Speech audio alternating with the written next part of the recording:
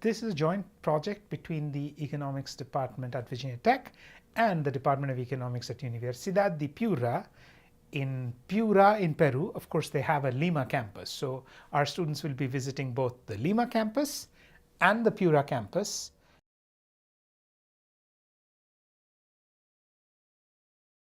Our department here is particularly good in behavioral economics, experimental economics, and we have an experimental lab with about 20 computers that are linked to each other. And what we can do is train students to make economic decisions.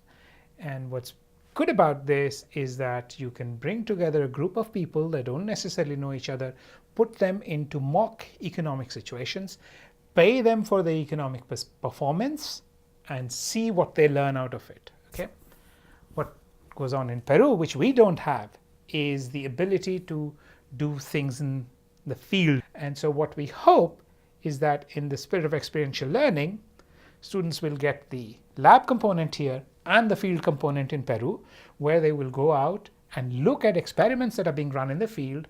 They will see what happens when you go into the field to implement an idea that you sat and thought up in your office, what goes wrong, how you have to improvise, what can you do, how can you keep track with your initial plan without going off the rails too much, things like that. So that's the thing that we hope students will learn, that as they go out into the world as economists and deal with policy problems, they have some experience about how to think about these problems in controlled, very controlled, and quasi-controlled environments to get insights.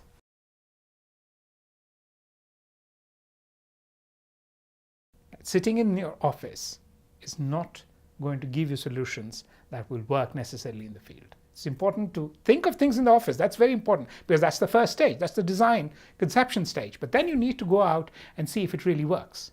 When we are thinking about field experiments, one of the most common examples is when we design cook stoves, for example, for women in developing countries.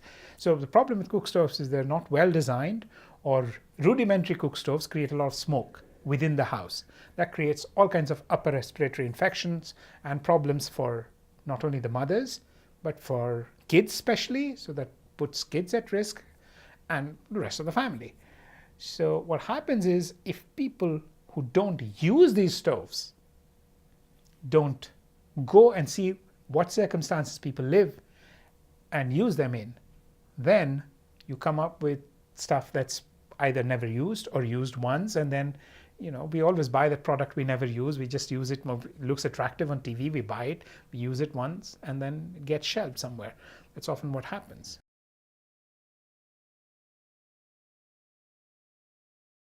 So what I would really want them to come back with is, when they go out in the economy as economists, into the private sector, into the government, whatever their job is, when they are faced with a problem, they can think about the problem in systematic ways. They can think about solutions. They can think about testing the solutions, realizing and recognizing that there can be many pitfalls along the way. And then, if there is a pitfall, how do you improvise? And we want them to understand what it takes to conceive a problem, to think about the different components of it, then to try and implement the solution. That's what I want them to see. Learn the whole gamut of things that start in your office with an idea, and finally have a policy that's based on that idea.